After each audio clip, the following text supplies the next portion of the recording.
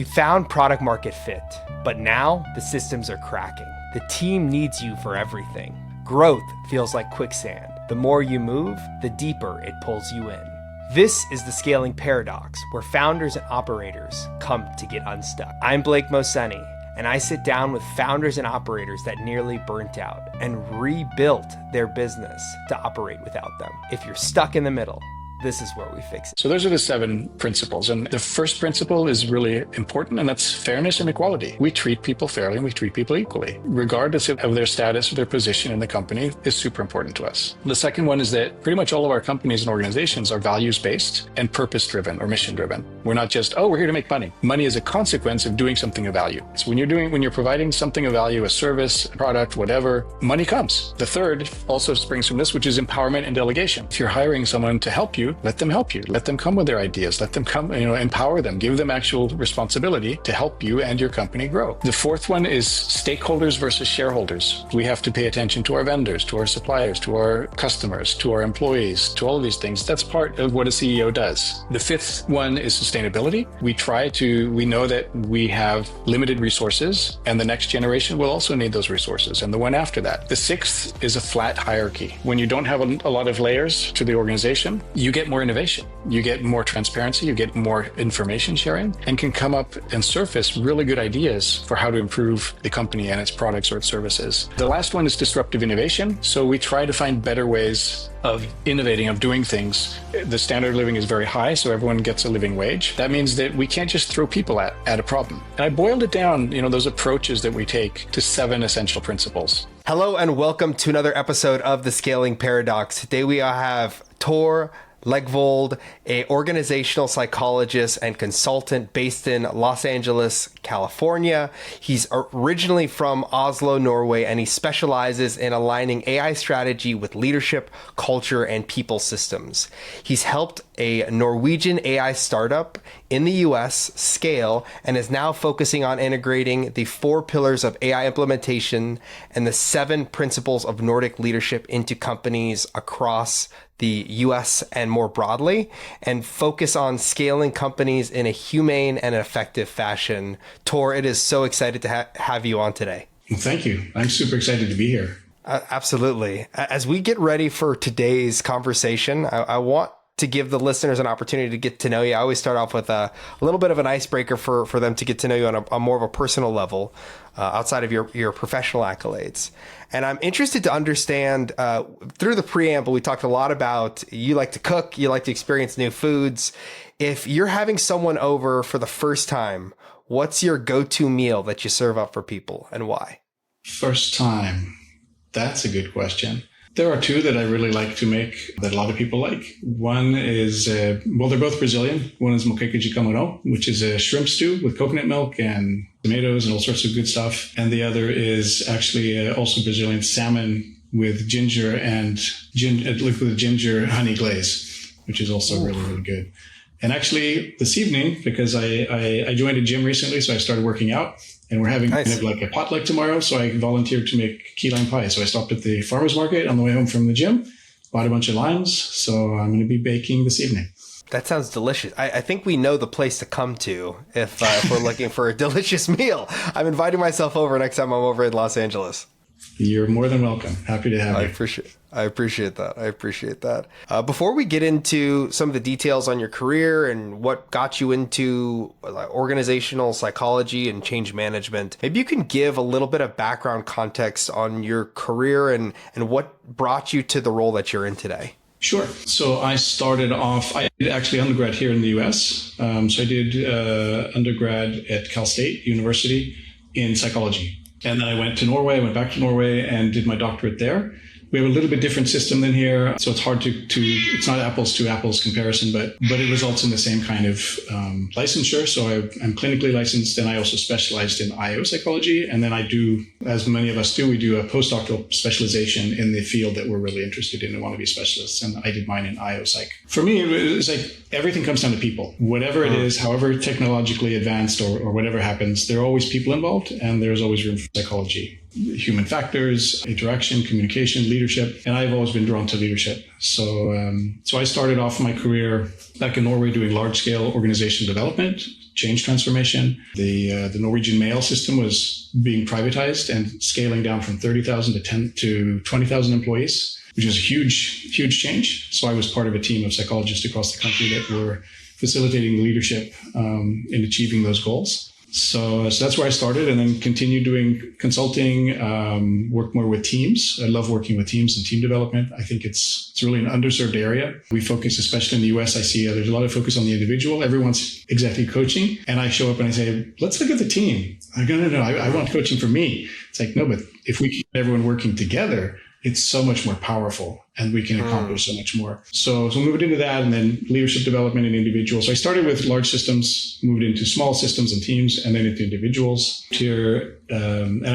Because I was in Norway, and it's, we're a bunch of small countries in Europe and in Scandinavia, I did a lot of cross-cultural work, helping people work across boundaries, because even though you might think Denmark, Norway, and Sweden, or Finland, or even Germany, UK are pretty similar, there's a lot of differences in the details, and helping people work across those borders and understand each other despite the cultural differences and language barriers is a big part of what I've done, and something I really enjoy, bringing people together so that they can be effective together. Yeah, and then I moved here 8 years ago and started building a consulting business here while I was following up clients in Europe. And there was an AI company out of Norway that wanted to establish themselves in the US. They wanted to be a major player, and they knew that they had to be here to do that. And they were looking for people. I reached out. I was not what they were looking for, but I sent them an email. I said, hey, I see what you're trying to do, and you're going to need this, that, and the other, and the skill set that I have pretty quickly as you scale. And they got back to me and said, yeah, you're right. So we had a few Skype meetings, and they flew over, and the 1 hour meeting turned into 3 hours, and they made me an offer on the spot, and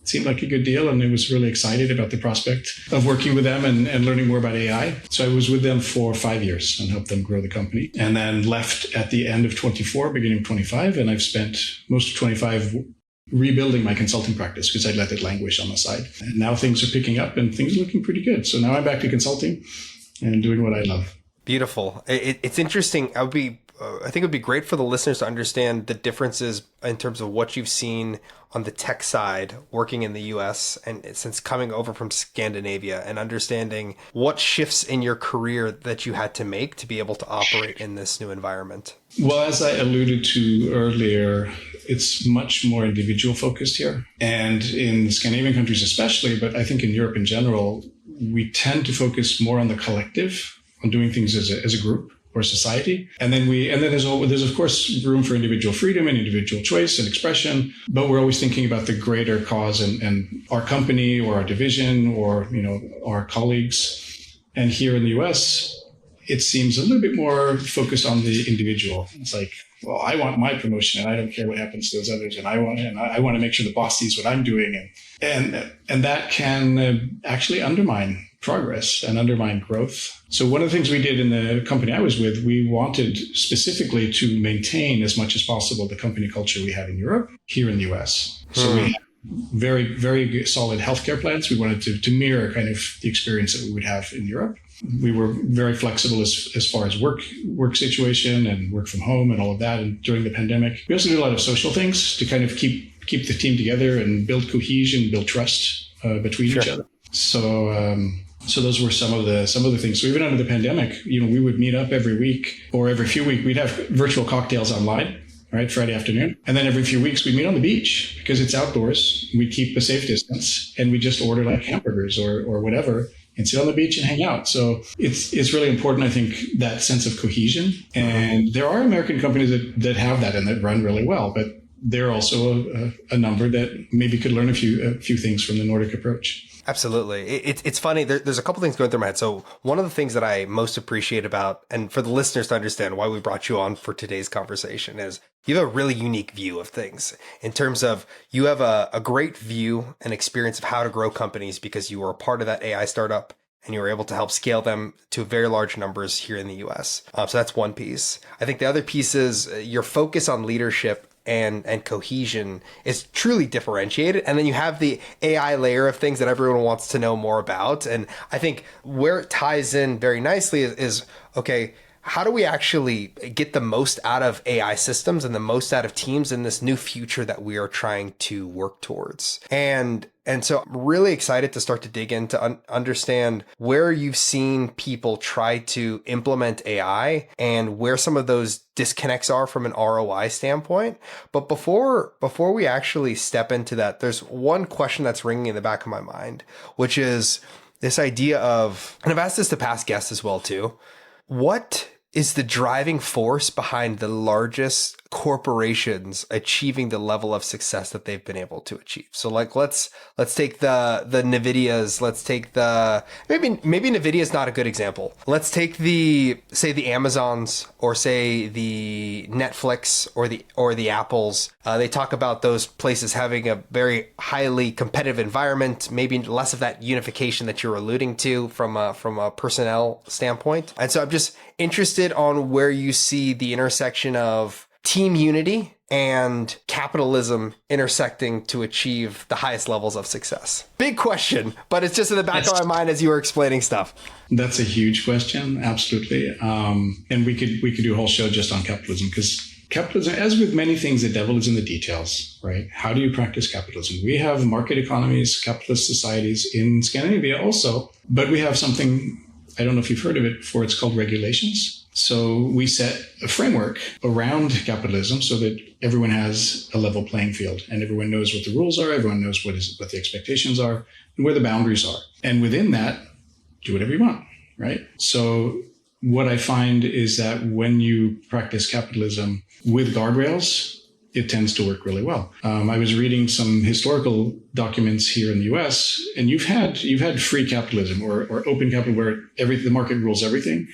From 1880s and 1890s. And that's when you had snake oil salesmen, and you had people selling things that weren't real, and you had people putting poison into food and drink items, and you had child labor, and you had the waistcoat fire in New York City, and all these things. So when capitalism is run without any boundaries, it tends to cause problems, as do anything. So it's not restricted to capitalism. So I think just setting, it's like any game, right? We want rules of the game. We want rules for society. We want rules for interaction. And when we set rules that we all agree on and we follow those rules, things tend to go well. And society tends to work out fine. When we don't, or when people spend a lot of their time trying to bend or break or ignore those rules, then we end up with a very different situation, and one in which people feel marginalized, they feel left out, they feel like they haven't been given a fair shake, and that foments resentment. And over time, it can cause some really serious issues. So one of the things we have, again, is we try to put a level playing field. And, people sometimes will say, I did not plan for this to be a political discussion, by the way. So now that we're talking about politics, but they'll say, oh, Scandinavia, it's all socialist, or it's all old white people. It's all the same. So Norway has 20% immigrants. Sweden has 25% immigrants. Finland, I think, is lower. I think it's around 11 or 12%. And so on. But there's a large degree of immigrants, but they come there, they recognize, oh, the rules apply to everyone. Everyone's treated fairly. Oh, so there's no need, to get around things or to build these kind of subcultures or whatever. Everyone is included, and everyone gets to do what they want to do. So it creates a very different environment. And what I find, let's go back to your question. So you asked about capitalism, you asked about these companies. One of the companies you mentioned was Netflix. You mentioned Netflix as one of the companies. And Netflix has a really interesting company culture. So one of the things they do is they treat adults like adults. In Scandinavia, we call this freedom with responsibility. So we say that people are autonomous, but they're also accountable. So this is what you're responsible for. These are your deliverables. And as long as you deliver what you're supposed to, high quality, you're good. If you spend 3 hours or 30 hours or 300 hours, nobody's counting your hours. Nobody's seeing how long you're sitting in your chair in front of your laptop. They want to know that what you deliver is quality. And the rest is up to you. And Reed Hastings famously used to tell new employees, he said, do what you think is best for the business. Do what you think is best for the company. And he trusted adults to be adults. And that's also one of the things that I tend to suggest to people is when they're hiring, when they're looking for new talent, of course, you need people who are skilled, who have a history and some experience. Yes. But even as important, if not more important, is hiring for values. Because if they don't share your values, if your values are transparency and integrity and you want to do the right thing, and you hire someone who's going to cut corners and, find ways around certain things, that's going to be a really bad fit.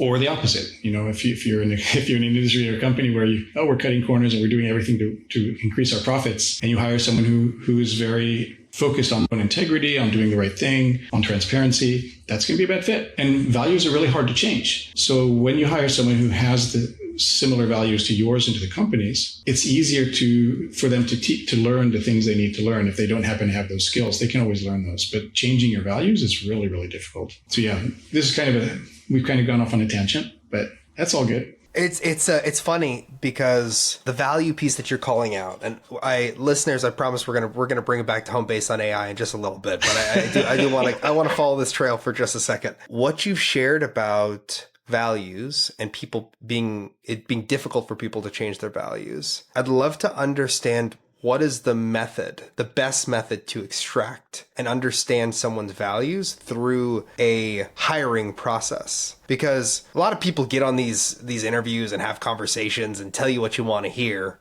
but it isn't actually reflective of their true behaviors and values. And so just interested to hear your view on how you can cut through that and truly understand what that is. Yeah, there are a few methods that we can use. So as part of what I do as an organizational psychologist or business psychologist, part of what I do is assessments. So a lot of times those assessments are for development. We want to develop someone, so we want to get a baseline and figure out where their strengths are, where their weaknesses or gaps are. And we do the same thing. We use many of the same assessments in selection, in hiring. And there are assessments that actually map out values and motivators and drivers. What is it that gets you up in the morning and what is really important to you? And that are structured in such a way that you get a really clear picture of what this person's about. Another step, for those that want to take it a step further, we do simulations. Or for example, assessment centers. I spent some years back in Norway with a company that did a lot of those. It was very well known for that. And we would put people into simulations and then have a panel of people who are observing and noting as we go to see what kind of value. So for example, we had one where we would have a leadership candidate, C-suite candidate come in, and we'd give them a pretty heavy task to complete. They'd have to go through a bunch of numbers, a bunch of documents, and then make a presentation and present that to us in very limited time. So they're working everything. And as this happens, we'd have someone come in and say, hey, this one employee is having some really serious issues with like health issues or whatever, or one of their relatives, or hey, they're from Iran and Iran just got bombed, right? And then we see really quickly, do they keep doing the presentation because they want to get the job? Or do they stop and say, oh, you know what? This is really important. We need to focus on this. That tells you a lot about someone's values right there. And there are questions I do semi-structured interviews. So there are a lot of ways. It's interesting. So just to raise this discussion one level up. So I work also in the M&A space, right? I'll do due diligence on the management team, on the culture of the companies. And accountants have really sophisticated models up and down about the numbers and what means what. And they can drill down and do simulations and all sorts of stuff. And the legal profession, of course, has all their documents and the frameworks for different ways of structuring the companies, and the tax people also, all the different things. It's very, very structured and very numbers driven, which is great. And it's down to a science. And what I remind them and what I would bring up here is that we have a lot of the same tools for the human side of things as well. We can actually ascertain with a pretty good degree of certainty people's personality preferences, their leadership styles, their motivators and drivers, and all of these things to a good degree. And of course, a lot is context-based, but that's why we do simulations and interviews and other things. And we often use multiple sources. We don't just do one test and say, oh, well, you're this. We do a few different things, have a few interviews, and over time we then see, okay, this is what you're going to get with this candidate, whereas you'll get this with the other candidate. And there's always positives and negatives. There's no perfect, anything. So that's I think is important to know, that we have actually tools to uncover and to quantify human behavior and cognition and leadership skills and all of those things. So it's not a black box or some diffuse big cloudy thing that I don't know, as some people still think. We have actually done a lot of progress and have a lot of research on that. Thor, what you shared is extremely interesting. And I really appreciate the concept that because there are many qualitative elements of hiring and identifying the right personnel in any organization that you're operating in, this idea that it has not been brought down to a science is a misnomer. And so I think the listeners, including myself, would really benefit from understanding what are some of the activities that can take place. So I know you talked about behavioral based interviews. I know you talked about some surveys, but are there some tangible surveys that myself or anybody could go out and say, hey, anytime someone's being hired, they have to take this exam, and these are the types of results or perspective I'm looking for? I'm not sure I would say there. So that's the thing, is that a lot of the assessments that I've discussed are proprietary. They are based in 30 to 50 years of research, and typically they require someone with a PhD or similar background to be certified on in order to use them.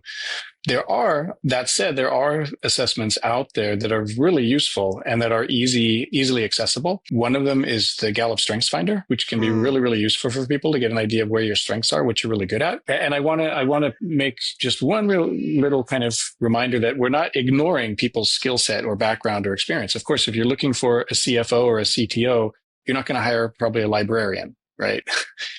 You want someone who has relevant industry background, but you don't want to ignore what kind of background or values and kind of motivators they have, because that's super important if you want a good fit with the company and you want someone who's going to be long-term and who's really going to kind of mesh well with what it is you're trying to build. And I think that's often undervalued, or say, oh, it's fine. We'll work through that. Or we had lunch or we played golf and everything was great. I like the person. It's like, well, your gut feeling is not a good indicator of anything really, except your gut feeling. But yeah, the Gallup Strengths Finder is something really good. There are a lot of people who use DISC and MBTI. I don't recommend it because they're not scientifically validated. They're not empirical. They are based on wishful thinking. So kind of like using astrology. Wishful thinking in what way? Sorry to cut you off, but I just want to. No, in the sense that the scale. So in the scientific method and in valid assessments, we want reliability and validity. We want to know that it's actually measuring what we say it's measuring, and we want it to measure consistently so that the measurements don't change all over the place. So that if we measure, and it's kind of like, so for example, as I mentioned at the beginning, I just joined a gym. So I'm measuring how much I can lift now. And in 2 weeks, I'll measure how much I can lift then. And in a month, it'll be how much then. So we can see as we go, we're measuring the same thing. Well, the problem with the MBTI and the DISC is that they're not scientifically validated. So we don't really know what they're measuring. You get a different color, you get different letters, and they can be useful. I've used them myself. Absolutely. But not for selection. Absolutely not for selection. In fact, in the United States, you can risk getting sued if you use those for selection. Really? Oh, I didn't realize that. Yeah, because they're not validated instruments. But things like I use the OPQ32, but again, you have to find someone who can actually provide this to you because it's not available to the public. Occupational personality question, 32 factors, and it's made by SHL, which is a British company, which has 50, 60 years of research behind it. I used it all the time in Europe. Here in the US, I find that there's another one called the Hogan, which is much more popular. They're similar. It's built on the 5-factor personality model, and it shows you kind of leaders' strengths, what their preferred style is. Also their weaknesses, what happens when they get really stressed or really difficult situations, and also their motivators. So either of these, for example, and there are others. These aren't the only two. I also used to use something called the Cuddy scales back in Europe. I think they were bought by Aon, who has AON, who has a big consulting division. I think they bought up a consulting company and then they bought those tools as well. So there are a number of tools, but you typically need to hire someone like me to use those. But the Strengths Finder, I think is relatively open. I think there's just a fee to take it. And there might be others. Those are the ones that I know because I'm very familiar with them and I'm very confident in that they help my clients find the right people and find the right fit. And the right fit is really essential because you don't want to waste time, right? We have limited time. So if you hire someone and it turns out 9 months, a year in, they weren't really what we thought they would be, and then maybe they have to exit and then you have to bring someone else in, you've just thrown away a year plus the salary plus another year of getting someone else in.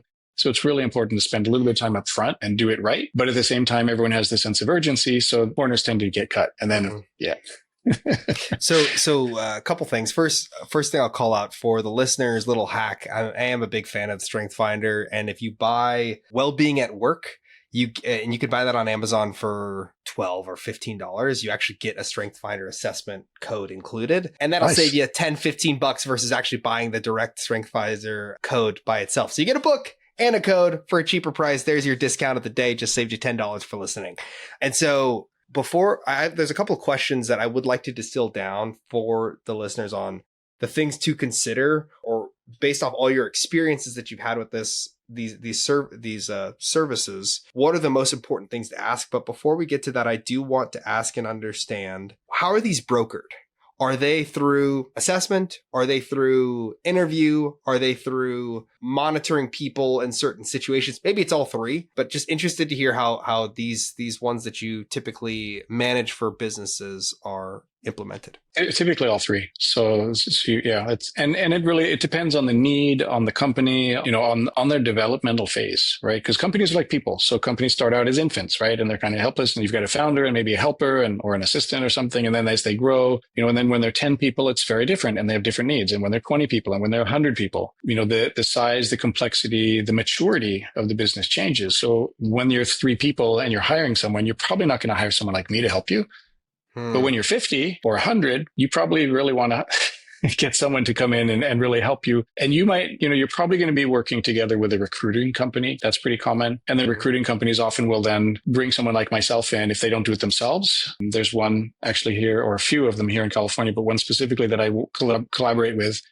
And so when they're doing C-suite placements, I'll come in and help them out, and they do their own interviews and have their own kind of battery of tools that they use. But then I come in and it's just the more set of eyes and you're mitigating risk, right? We're trying to reduce the amount of risk all the time because it's a big salary. It's a lot of time, and we want to get things right the first time. It makes it better for everyone. So when I'm brought in to do executive coaching, I'll often do that. I'll use some of these assessments more as a developmental tool, give me an idea of who they are, how they lead, what their background and personality is. And then we can talk about what it is they want to achieve. And we can use what it is they're good at, what they're not so good at, to help them achieve those goals. And it's the same in selection. So I haven't done a whole lot of selection since I moved to the States. It was something I did a lot more of back in Europe, but it's the same idea. And there are companies that specialize in that that's all they do, right? So I don't focus as much on that myself, because there are specialist companies out there that offer that specifically. Absolutely. So to that end, I'm interested on what are the key things based off all of these learnings that you've had, all of these interviews and support that you've been able to provide to different businesses, that you watch out for when you're trying to bring someone in as a, air quotes, good addition to the team. What would you distill it down to if you had 3 questions to really drill into? Yeah, that's a good question. Let's see. I think so. It is a very individual focused society here, but I really find it important to understand how people work in relation to others. What kind of team player. So I will maybe ask them, describe how you achieved some accomplishment or some goal in your previous role or earlier. And if I hear a lot of me, I, well, I did this, and it's like, that's fine. And maybe they did, but I want to know that they actually work together with others. Right. And I also like to ask, how do you solve conflicts? Because a lot of people will walk away, or they'll just cut through and say, just do what I say, or whatever. And that can be necessary in certain times. But in many cases, you want to work with people because you want to build a stronger relationship. So those are 2 just right off the top of my head that kind of come to mind. And I think also it's good to know how they motivate people, especially because I work almost exclusively with leaders, with top leaders. So how do you motivate people? Because leadership is achieving results through others, right? We're not doing it ourselves. We're doing it through other people. So how do you motivate those people? How do you get them on board to actually do this? Is it, well, we'll just give them a bonus, or we'll give them some more money, or I'll just talk really loudly at them, or, there are many different ways, and there are many different leadership styles. So I think those are good things to understand and to ask. And in the approach that I am a big fan of, the Nordic leadership approach, we tend to be much more collaborative. So we try to be more inspiring and more motivating and be kind of a coaching leader and an inspirational leader, right? We want to find that North Star. So this is our North Star. Everyone's on board. Yeah, this is where we're headed. What is my role? We all have different roles, right? And what is my role in helping us get to that North Star, right? It's what I appreciate about what you shared is it's really digging into who that person is and how they are able to interact with others.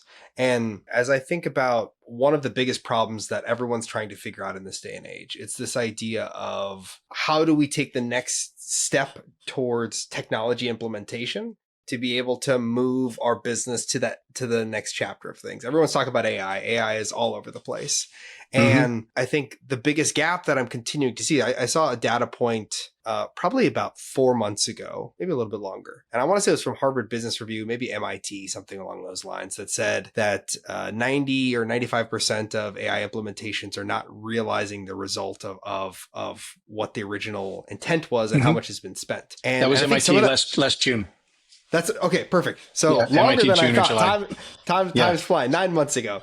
But that data, I think, is reflective of a number of things that I'm interested to get your view on from a leadership standpoint. And it's this idea that people aren't being brought along for the change, and we're just giving people tools. We're giving a bunch of our grandparents iPhones and saying, hey, use these devices like a Gen Z or millennial, and expecting results, when all they know how to do or want to do is make phone calls and maybe text someone back, And so interested on what your views are on how people are navigating this new environment by applying leadership techniques and really setting a strong foundation for the change to actually start to take place. So what I've observed to a large degree is that there's a lack in general of change management awareness, project management, and understanding. Again, it goes back to motivation. Why do people want to integrate this? And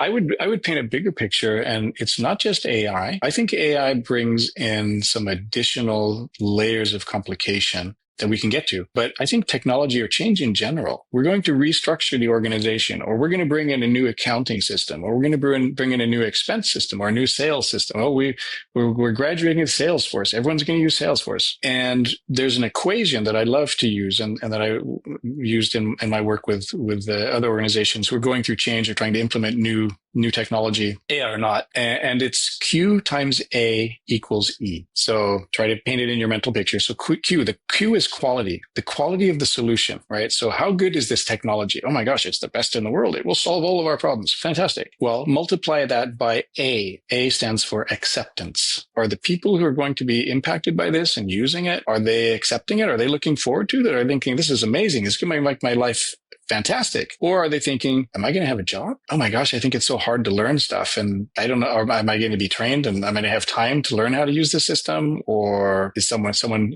younger and quicker going to be brought in? So that A is it's a multiplier, right? The quality of the solution times the acceptance is equal to the effect of the change. And if you don't focus on the A, the effect, and 90% of change initiatives, especially technology change initiatives that fail, is because there wasn't sufficient there wasn't sufficient buy-in, acceptance by the people who were impacted by it. And that's also part of Nordic leadership, is that we have what we call participatory decision-making or empowerment, right? So if someone is going to be impacted by a decision, they should be consulted. It's very simple. So in fact, this just happened here in the United States. I think there's a initiative to rebuild some ballroom or something by the White House. And the committee that's responsible for that asked the public, tell us what you think. And the public was very, very negative. So, but asking people who will be impacted, and if you then go to the accounting or finance department and say, hey, we want to implement a new accounting tool, and everyone there is like, but the one we have is working great. Why do we need a new one? How is that going to make our lives easier or reporting better or whatever? And if it turns out that, oh, the CFO likes this one better than the other one, why would you put people through all that change just because of a personal preference? But if it's then, no, actually the system we're using lacks this, doesn't have that, doesn't integrate with these other systems. You guys end up spending 3 hours a day punching data. And with this new system, you'll be punching data 1 hour a day, and we'll get all these great reports, and it integrates so that you'll be able to do other things and have a better work day. And if that's part of the change and people see that, oh yeah, this looks really good. This actually would make things a lot easier. Of course, they're going to be interested. And of course they're going to be, but a lot of times they're not consulted. They're not asked. A lot of times someone at the top says, this is how it's going to be. And everyone is expected just to nod and say, okay. And that's not the kind of business that most people want to work for, especially younger people. Look at millennials, look at Gen Zs. I'm not either, but I would count myself among those. I don't want to work in a place where I'm just told that's what the boss says. Just do what you're told. Really? In 2026? No thanks.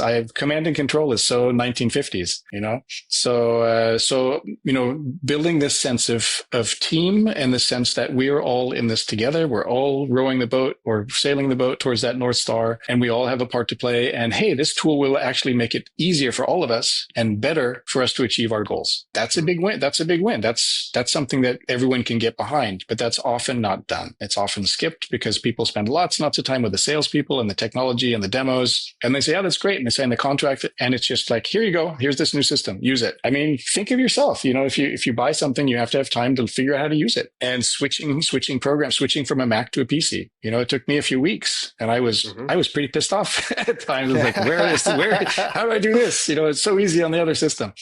And then after a while, I got used to it, and I was like, "Oh, no problem." And 6 months in, some friends of mine bought a brand new computer and a printer and a internet and the whole thing. And they said, "Hey, you're like a computer expert. Could you come over and help us set up our new system?" I said, "Yeah, I'm happy to."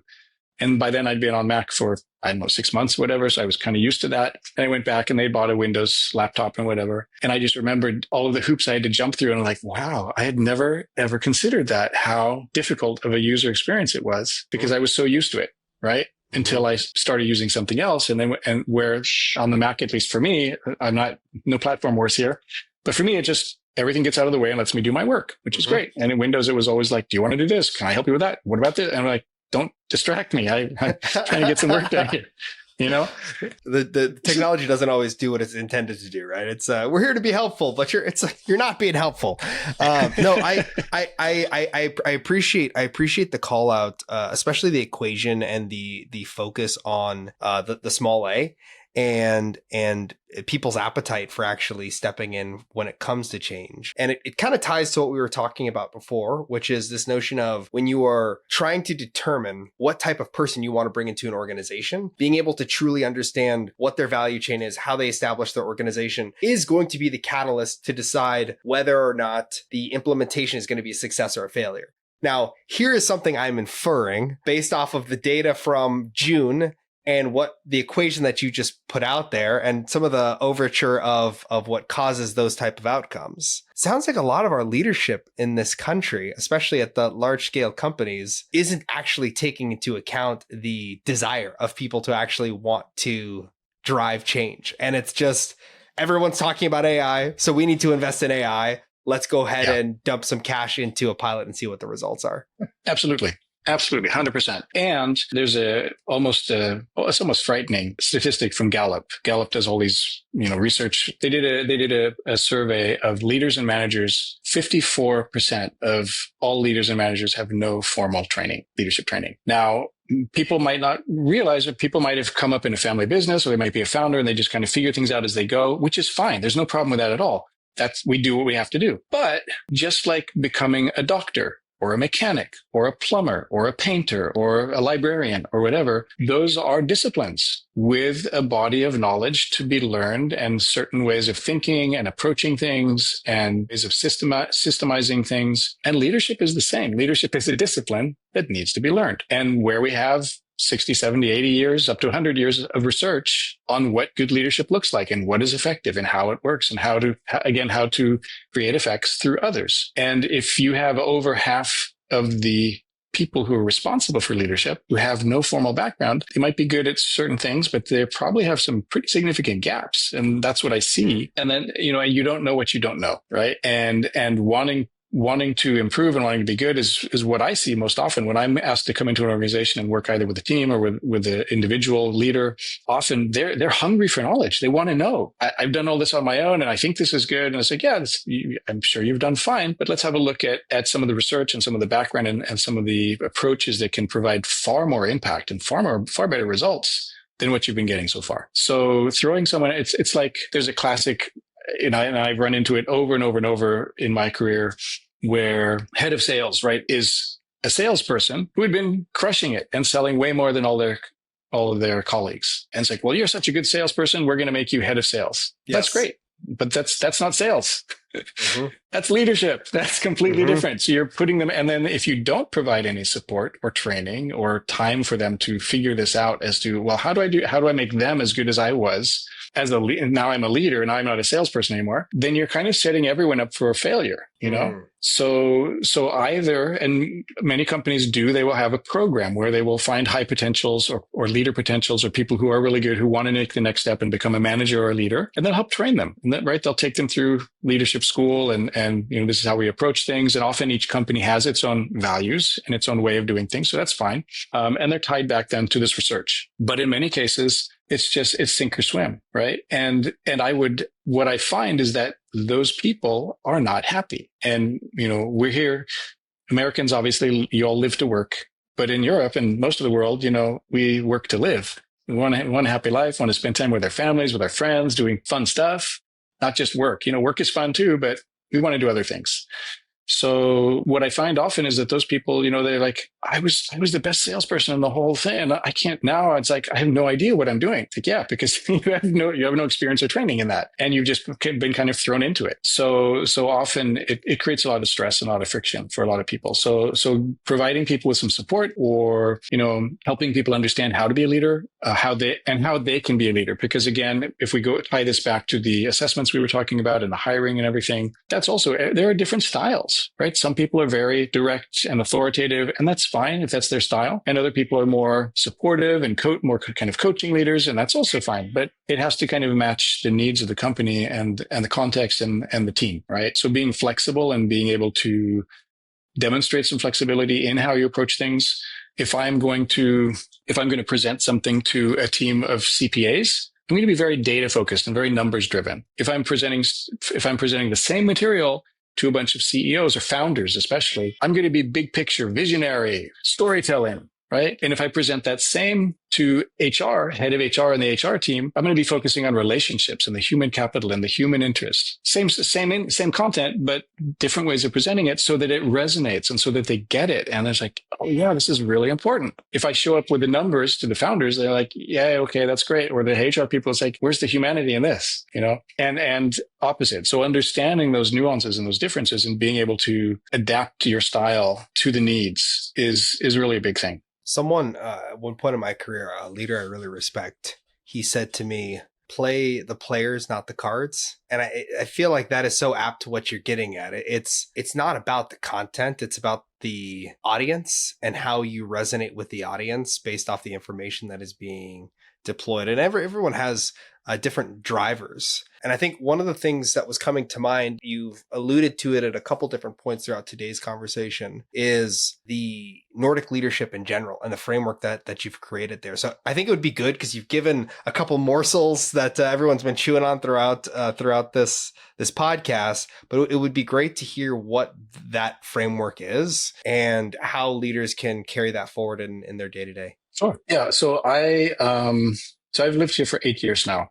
Moved here from Norway, and I've lived in many different countries and you know, all of that, done a lot of international work. But one of the things that struck me when I moved here was how there are some of the best run companies in the world, like just really just, you know, crushing it and knocking it out of the park. But there are, I think, 32 million companies in the US, last I checked the numbers. So sure. not all of them are as impactful or as effective or doing as well as they maybe could. And it kind of occurred to me that in the Nordics, we tend to punch above our weight. So we have, I think, 5% of the population, but we do 10% of the GDP. I think there's more unicorns or billion-dollar startups in the Nordics than any other country except the US. And we have this social safety net so that it really kind of establishes just a bottom so that no one can pass beyond that safety net. And that's all, you know, I hear people in the US especially, oh, socialism, communism, it's social democracy. It's a capitalist society, market driven, but we find that human dignity is important and treating people fairly and equally is important. So we set a safety net so that you can fall this far, but no farther. So you're not going to be homeless. You're not going to be without healthcare. You're not going to, you know, all these other things that you see sometimes here. And those are things that we also apply to our companies. So there are 7. I did a lot of research and a lot of reflection around what I was seeing here, what I was seeing in the home, in Norway, Sweden, Denmark, Finland, and Iceland. And I boiled it down, those approaches that we take to 7 essential principles. And it's kind of like the Mediterranean diet, right? The Mediterranean diet can help anyone. Doesn't matter where you're from or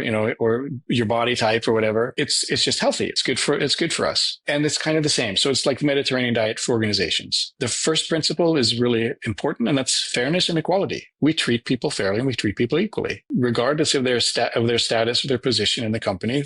Everyone is here for a reason, right? It's like going to a doctor and saying, well, what organ is most important? All of the organs are important. They serve different roles, but Sure. altogether they make up a person. So fairness and equality, really kind of everyone is treated fairly, everyone is treated equally, is super important to us. That's foundational. The second one is that pretty much all of our companies and organizations are values-based and purpose-driven or mission-driven, right? We're here for a reason. We're not just, we're here to make money. Money is a consequence of doing something of value, right? So when you're providing something of value, a service, a product, whatever, money comes. And it's because you're doing something of value that you're making money. It's not making money just to make money. So that's also, I think, an important distinction. So it's value-based and purpose-driven, which goes back to what we talked about earlier. When you hire someone, you're hiring someone who's on board with the mission. Do you think people who apply to Patagonia are people who litter and throw stuff out of the car window? And of course not. They're going to be people who are aware of the environment and want to be part of something that's bigger than them. And that's true of whatever industry you're in. It could be financial, it could be AI, it could be whatever. But having a mission statement and purpose, it's like there's a reason that we need this company. There's hundreds of other companies that are making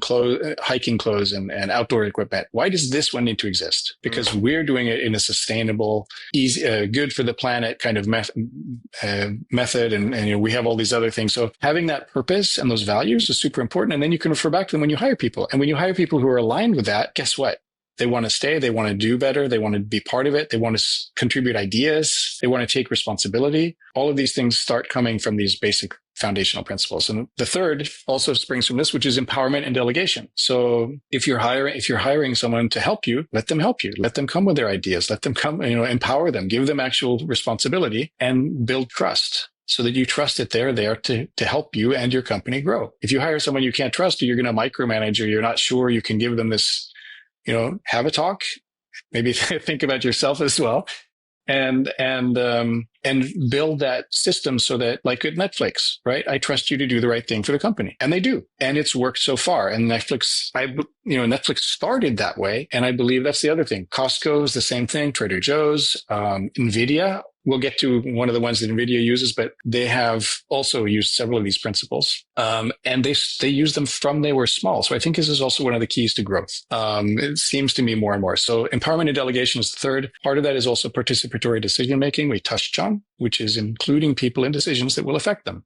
That doesn't mean that everyone gets their way. It means that, hey, we want to do this. How will that impact your work? How will that impact our customers? How will that impact our suppliers? How will that impact our environment? Ask, and then make a decision based on all of this information, rather than just, I want to do this, and expecting everyone to line up. It also makes better decisions because you're crowdsourcing. You're actually getting a bunch of input from different points of view. The fourth one is stakeholders versus shareholders. In 1970, Milton Friedman wrote an article in the New York Times, and he basically said that the only purpose of an organization or corporation was to maximize shareholder value. It's the stupidest, the worst idea, or the most destructive idea that's been promoted in a very, very long time. And it has ended up in business schools all over the world, and it's horrible. So that's not true. It wasn't true before he wrote it. If you look at some of the biggest American companies before, like in the 50s, like Ford Motor Car, he was paying his employees twice what everyone else was. He was taking care of the community. He was taking care of the local society. It's stakeholders. We have to pay attention to our vendors, to our suppliers, to our customers, to our employees, to the local community, to all of these things. That's part of what a CEO does, and historically always did, until Milton said, no, just pay attention to the numbers and you're good. That's not.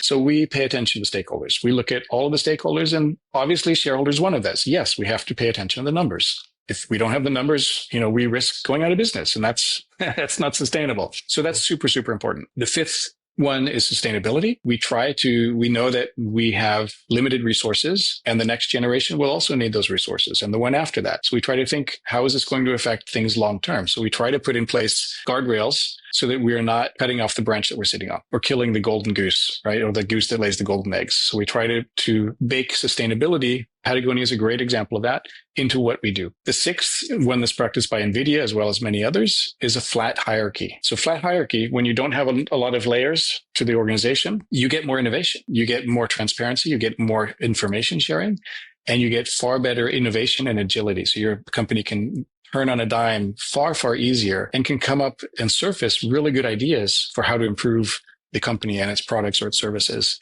or its approach to customers or whatever. So flat hierarchy is really, really good. And that's NVIDIA. I think Jensen Huang, I think he has 61 direct reports last I checked. So really, and they'll have all hands meetings every 6 or 8 weeks. They run an agile kind of approach. And literally everyone is like, this is our next 6-week goal. Thoughts, comments, and everyone's invited to participate. There's the participatory decision making and transparency, right? Treat adults like adults. The last one is disruptive innovation. So in the Scandinavian country, we have limited resources. It's a very harsh environment. It's very cold. And so we try to find better ways of innovating, of doing things. Also because everyone is getting a good salary. The standard of living is very high. So everyone gets a living wage. People aren't working 2 jobs or whatever to get by. That means that we can't just throw people at a problem. Like I go into a shop here and there's like 5 people working and there's no one in the store, and I go in and I go to do some other stuff and I walk by and there's still no one in the store and there's 5 people. And I was like, you would never see that in the scan. We don't have the resources. It would cost too much in payroll. So, which means that sometimes you have to wait,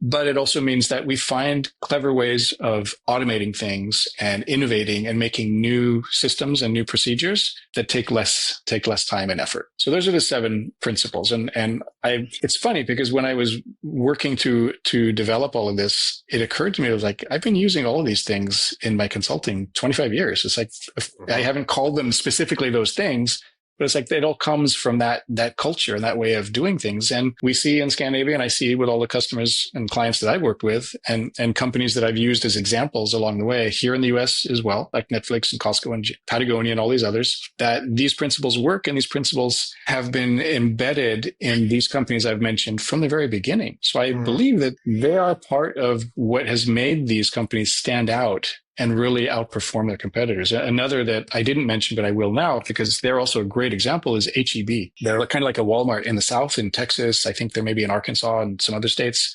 But they also, I was at a conference where their CEO was up and was talking about his approach. And he says, look, I try to pay my employees as much as I possibly can. I charge as little as I can for our products. And that's it. And the people want to show up to work. And when Hurricane Katrina came through, people were wading through chest deep water to get to work, to open this, but also to help their community, because it's all connected to the community and the community all supports them. So again, you're building this really, really strong sense of community. And I think I've only been here for a few years, but it seems to me, and what I hear and what I see in the media is that there's that's kind of disintegrating to a degree in the US. And that's something that people are lamenting and say, oh, we need more of a sense of community. Well, part of that is these principles I just outlined. Think about your community. Another example that I can throw out there, because it's controversial and because what he did was kind of extreme. I wouldn't suggest this to everyone, but it worked. Dan Price at Gravity Payments, I think it was right before the pandemic, went out and said, you know what? It's not right that I'm paying some of my employees $30,000 a year and I'm taking over $1 million in salary and they have to work 2 jobs just to get by. They can't afford a home, all this other stuff. I think he'd read a paper. I read an interview a few years ago. I think he'd read a paper from Yale or Harvard or something, or Princeton, about the effects of inequality and pay inequality or wealth inequality and how it affected people and their motivation, their productivity, all of this. So he said, you know what? We're all going to have 70,000 per year across the board, myself included. So he also was part of it. It's not just everyone else, but everyone. And then he raised that, I think, a year later to 80,000. And I don't know what it is now. But what he found was that his business, I think, quintupled his retention and the productivity. I think the productivity was a 3x increase in productivity. People were treated fairly. They felt seen. They were delegated to, right? And all of these things. But the long-term effects are really interesting. People started families. They bought homes. They became part of the community. And so it's turned the business into this really solid bedrock in the whole Northwest. They're up in, I think, Seattle. And the business is going great. It's going better than ever before. And retention is through the roof. Most of the leadership is now recruited from internal, so people who go the ladder up through the organization. So I see these examples and things that, yeah, Nordic leadership right there, and then I see how it propels many of these smaller companies to be bigger and bigger and bigger. And when I look at Costco and I read their history, and it says, yeah, that's how they started. They wanted to do this very specifically and have this culture, and it had this great effect. And SAIC was also one of those. They're not the same anymore. They were bought by I think a private equity company or something, but they also were famous for their culture for a long, long time. So I really appreciate everything that you called out in regards to Nordic leadership. And actually the full breakdown, I think, is super helpful for all the listeners to understand the applications and all the different places where there has been an immense amount of benefit in applying this methodology and framework. I think the last question I want to ask for today really revolves around if someone's going through trying to change their organization, and we'll use AI as the use case because it's something we spent some time talking about.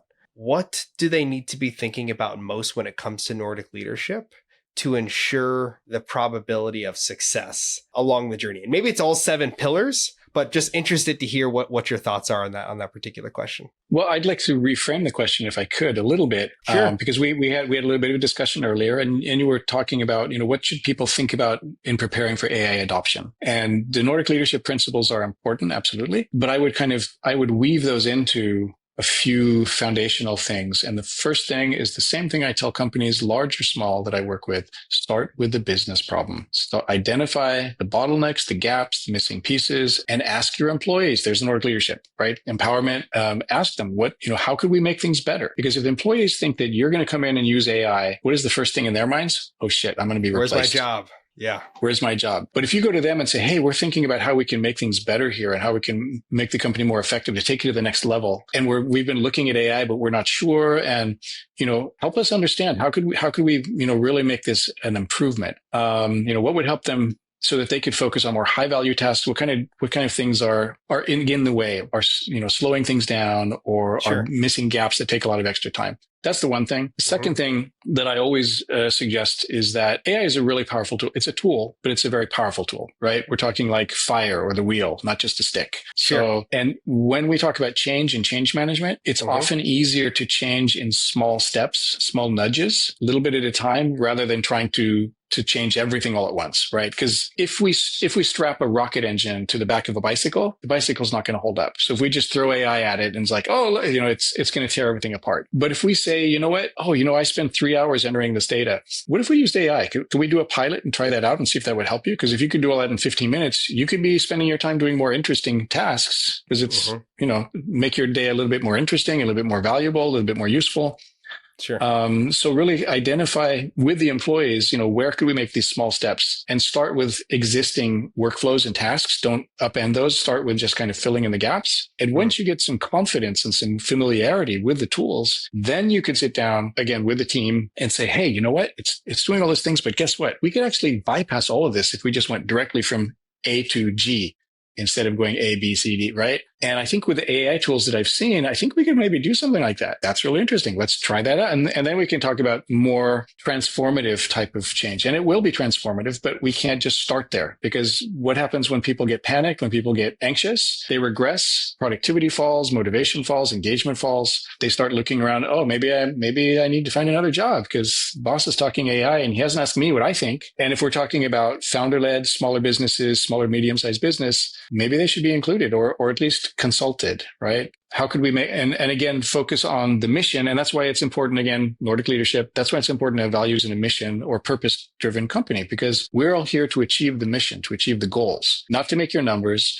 not to do the quarterly, whatever, not so that the boss can buy a new boat, but so that we're doing something important here. And when you then align people around that and say, so what tools could help us get there faster or more effectively or better or even further than what we planned, then we're all together in trying to figure out, oh, hey, I got this great idea. I was playing with this stuff at home. I think we could use it here at work. Oh, well, let's set up why don't you work on it a little bit more and let's set up a demo in a week or two and we'll have a look at it, and then suddenly we're all on the same team working towards the same goal. And that's transformative. That's really transformative. So those are some things I would throw out there that both include what you asked about Nordic leadership, but also kind of technology change, and especially with AI, because it is so powerful. It is so capable at many things. Tor, Does that answer your question? No, you hit the nail on the head. And actually, it goes back to the beginning part of our conversation, which is this idea that it's all about the human. And I know that's what you said you're all about from the beginning. It's this idea that if you take the time to understand who the players are that you're trying to implement this technology with, that if you understand their perspective, their wants, their desires, their needs, everything will work itself out on the back end of things. And that is manifested through the Nordic leadership styles of being able to listen to people and take their perspective by giving them the agency to be able to execute and deliver on things, giving them purpose to be able to follow through on. So I think all of the things that you've called out are so apt for the listener base, including myself. And I'm so excited to hear how people are able to apply that. Before we get ready to wrap up for today, I always like to close with two questions. One is, if you could go back to your younger self, say a decade, 2 decades ago, what advice would you give to yourself and why? Professionally or personally? Whatever your heart desires, my friend. Yeah. I think, just reminding, I think people stress out a lot. I'm not a stressful person in general, but I think just remind yourself, things work out. Things always work out one way or another. Don't get too stressed out. We all try to control how things are supposed to be, and sometimes it follows our plans, but a lot of times it doesn't. And that's okay. We'll get there anyway. So I think the flip side of that is really spend more time on relationships and with other people. And that's, we know that from the Harvard study. I'm sure you've seen the TED Talk, the guy, they've done, 80 or 100 years of research on multi-generational, what is it that actually makes people happy, fulfilled, satisfied with their lives? Good quality relationships. That's it. You can be poor, you can be rich, you can be famous, you can be incognito, doesn't matter. But those relationships that we build over time, super, super important. Yeah, that's the only thing you can kind of that you can actually take with you into the next life, right? Everything else sticks here. It's the only thing we leave, right? Because we leave behind our memories and all the ways we touched other people.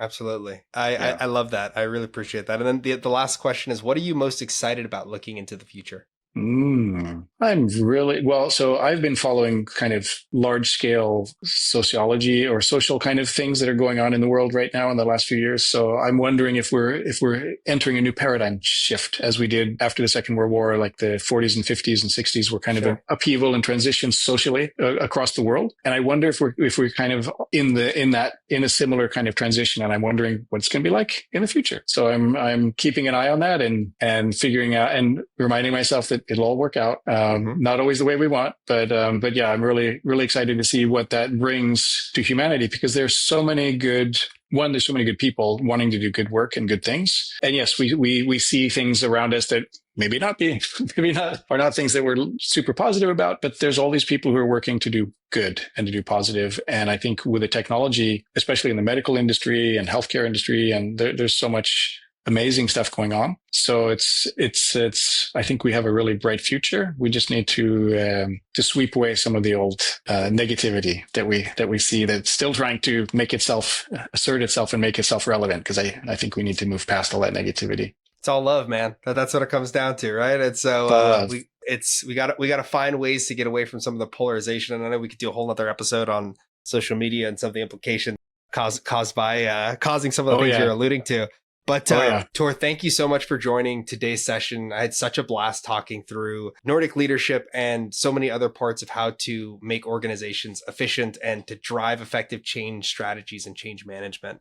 It would be great for the listeners to get to know how they can reach out to you, what social media platforms you're on, and any other materials that you think would be beneficial for them to check out. Yeah. I've also had an amazing time here, and I love the questioning, and I really love it's such a great dialogue we've had, which I really, really, really appreciate. So thank you, because you've done such a great job at bringing good questions and good follow-ups and making me feel comfortable and welcomed here. So I appreciate that. For Nordic leadership, so I'm on LinkedIn. I spend a little bit of time there, and I have a newsletter there that is unfortunately not updated recently. I'm way past posting updates, but I'm working on it.